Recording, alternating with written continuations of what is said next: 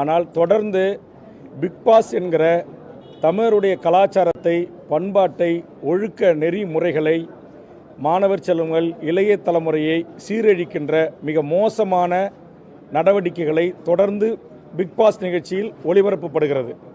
இந்த script writer என்று சொல்லக்கூடியவர்கள் தமிழ் சமூகம் எக்கேடு கெட்டாலும் கவலை இல்லை, நமக்கு வருமானமே மிக முக்கியம் என்கிற அடிப்படையில் அந்த நிகழ்ச்சியை நடத்தி வருகிறார்கள்.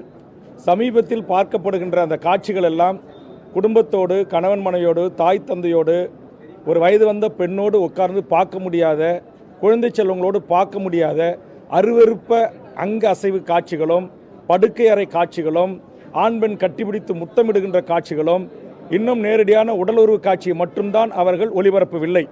இவ்வளவு கேவலமான, கீழ்த்தரமான, அநாகரிகமான ஒரு நிகழ்ச்சியை விஜய் தொலைக்காட்சி நடத்தி தான் பணம் சம்பாதிக்க வேண்டுமா என்ற கேள்வி என் மனதில் எழுந்து நான் தொடர்ந்து ஜனநாயக ரீதியாக அறிக்கைகள் தந்து கொண்டிருக்கிறேன்.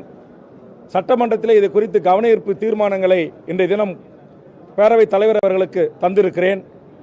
2 நாட்களுக்கு முன்பாக தமிழ்நாடு அரசுக்கும் முதலமைச்சருக்கும் வேண்டுகோள் வைத்து உடனடியாக பிக் பாஸ் தடை செய்யப்பட வேண்டும் என்கிற கருத்தை பதிவு செய்திருக்கிறேன். ஆனால் இந்த 2 நாட்கள் ஆகி அறிக்கை தந்தோம்.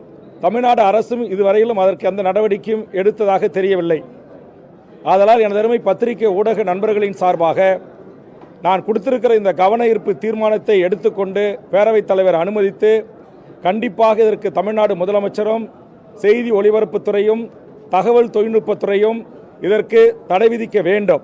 இல்லை என்று சொன்னால் இத்தனை ஆண்டு காலமாக அறிவித்து ஜனநாயக ரீதியாக அறிக்கைகளை விட்டு பத்திரிகையாளர்கள் வேண்டுகோள் வைத்து விஜய் தொலைக்காட்சி அதை கண்டுகொள்ளாமல் புறந்தள்ளுகின்ற இந்த நிலை அவர்கள் உணர்த்துகிற வகையில் மிகப்பெரிய ஒரு முற்றுகை போராட்டத்தை தமிழக வாழ்வுரிமை கட்சி பிக் பாஸ் அரங்கத்திற்குள்ளாகவும் விஜய் தொலைக்காட்சி முன்பாகவும் பல்லாயிரக்கணக்கான தமிழக வாழ்வுரிமை கட்சியினுடைய தாய்மார்களை திரட்டி மிகப்பெரிய போராட்டத்தை நடத்துவோம்.